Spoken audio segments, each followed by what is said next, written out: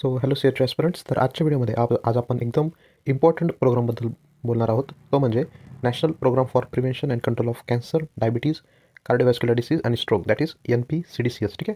तर सध्या भारतामध्ये NCD प्रोग्राम हा खूपच प्रभावीपणे राबवण्याचे प्रयत्न चालू आहेत आणि तो राबत देखील आहे. त्याचमुळे या प्रोग्रामवर नक्कीच प्रश्न विचारले जाण्याची शक्यता जास्त आहे. तर लक्ष ठेवा, यामध्ये तुम्हाला काय इम्पॉर्टंट लक्ष ठेवायचं आहे ते म्हणजे की NPCDCS हा कार्यक्रम भारतामध्ये सुरू केव्हा झाला, तर त्याचं उत्तर आहे 2010. तर 2010 साली NPCDCS हा कार्यक्रम भारतामध्ये सुरू करण्यात आला. ठीक आहे. त्यानंतर तुम्हाला काय लक्षात ठेवायचं बघा या ठिकाणी की त्यानंतर कार्यक्रमाची सुरुवात ही पायलट तत्वावर निवडक जिल्ह्यांमध्ये सुरू झाली होती. त्यानंतर अधिक जिल्ह्यांमध्ये त्याचा विस्तार करण्यात आला. त्यानंतर NHMच्या अंतर्गत याचा समावेश देखील करण्यात आला 2014 साली. ठीक आहे. एवढं काही इम्पॉर्टंट नाही आहे, परंतु तरी विचारलं गेला तर लक्षात ठेवा की 2014 साली याचा समावेश कशात करण्यात आला, NHMच्या अंतर्गत करण्यात आला. ठीक आहे. यानंतर आहे की NCD क्लिनिक 2016. इम्पॉर्टंट आहे. NCD क्लिनिकची स्थापना केव्हा करण्यात आली, जिल्हा असेल उपजिल्हा असेल या स्तरावर अधिक बळकटीकरण यांचं करण्यात आलं ते 2016 साली. ठीक आहे. प्रोग्रामची सुरुवात कधी झाली होती, 2010 साली प्रोग्राम सुरुवात झाली होती. 2016 साली काय झालं, अधिक बळकट करण्यात आलं. त्यानंतर 2017मध्ये काय झालं बघा, लोकसंख्या आधारित तपासणी चालू झाली. म्हणजे पॉप्युलेशन बेस्ड स्क्रीनिंग करण्यात आलं. PBS आपण जे म्हणतो, पॉप्युलेशन बेस्ड स्क्रीनिंग याची करण्यात आली. कर्करोग असेल तर स्तन, गर्भाशय, मुखतोंड, मधुमेह, उच्च रक्तदाब यासाठी सुरुवात करण्यात आली.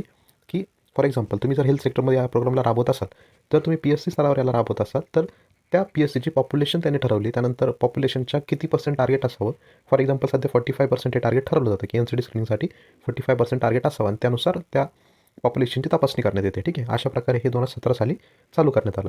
त्यानंतर 2018मध्ये काय झालं बघा, 2018मध्ये हेल्थ अँड वेलनेस सेंटरमार्फत NCD सेवेचा विस्तार करण्यात आला. म्हणजे जर तुम्ही CHO आता बनणार असाल ना, तर तुम्हाला हेच कार्य जास्त प्रभावीपणे राबवायचं आहे की हेल्थ अँड वेलनेस सेंटरमध्ये NCD सेवा तुम्हाला लोकांपर्यंत पुरवायची आहे. ठीक आहे. त्यानंतर 2021 साली काय झालं, राष्ट्रीय digital NCD platform NCD portal अधिक प्रभावीपणे त्याचं कार्यकाल चालू झालं.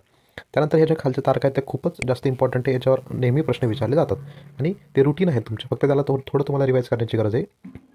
तर नॅशनल कॅन्सर डे कधी, कर्करोग दिन कधी असतो, 4 फेब्रुवारी. जागतिक आरोग्य दिन कधी असतो, 7 एप्रिल. जागतिक उच्च रक्तदाब दिन 17 मे. मधुमेह दिन असेल 14 नोव्हेंबर आणि 29 ऑक्टोबर रोजी जागतिक स्ट्रोक दिन हा साजरा केला जातो. तुम्हाला लक्ष ठेवायचं आहे.